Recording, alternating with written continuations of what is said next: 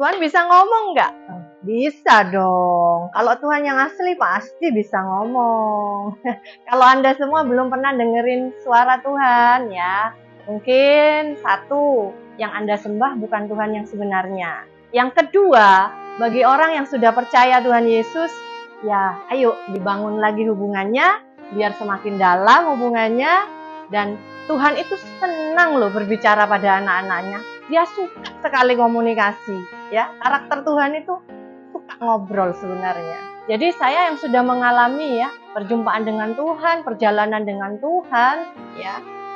Tuhan itu bisa ngomong dan dia senang ngobrol dengan kita semuanya. Bukan saya aja yang ngobrol sama dia, dia juga ngobrol sama saya. Bukan saya aja yang curhat sama dia, ya. Tuhan tuh juga mencurahkan isi hatinya loh sama saya, sama anak-anaknya semuanya.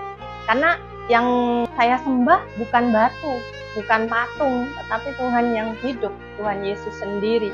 Dan Tuhan itu bisa berbicara dengan berbagai macam. Contohnya bisa berbicara secara audible ya, atau bisa berbicara lewat hati, atau bisa berbicara lewat sekeliling kita, orang-orang sekeliling kita, atau apapun banyak macamnya ya. Contoh yang pernah saya ceritakan dulu ya, Tuhan berbicara saya melewati media radio tuh, tiba-tiba radionya berbunyi seperti ayat-ayat dalam Alkitab. Dan perlu diketahui ya, kalau Tuhan yang sesungguhnya berbicara, itu tidak akan berbicara melenceng dari firman Tuhan sendiri. Ya, firman Tuhan itu di mana? Ya di Alkitab. Makanya kita sebagai orang percaya harus tiap hari baca Alkitab. Biar apa? Kita semakin peka, kita semakin kaya dengan firman Tuhan. Nah dari situ, kalau kita sedang melakukan apa, mungkin contoh ya, kita ingin marah nih, di dalam hati udah meledak-ledak ke orang. Nah nanti yang mengingatkan itu firman itu muncul tiba-tiba gitu, lewat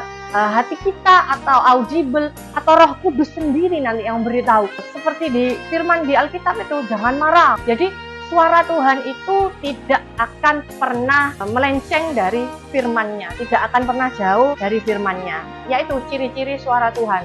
Kalau suara Tuhan misalnya suruh mencuri, suruh membunuh, ya itu bukan suara Tuhan, itu suara setan ya. Jadi itu bedanya antara suara Tuhan atau yang bukan. Akhir kata, ayo mari perdalam hubungan kita dengan Tuhan, semakin jauh semakin dalam, semakin jauh semakin bergaul karib, semakin jauh semakin mengerti perasaan Tuhan ya. Dan semakin hari, setiap hari kita sebagai anak-anaknya terus rajin membaca Alkitab, karena di situ ya kita dapat mendengar suara Tuhan. Oke, Tuhan Yesus memberkati.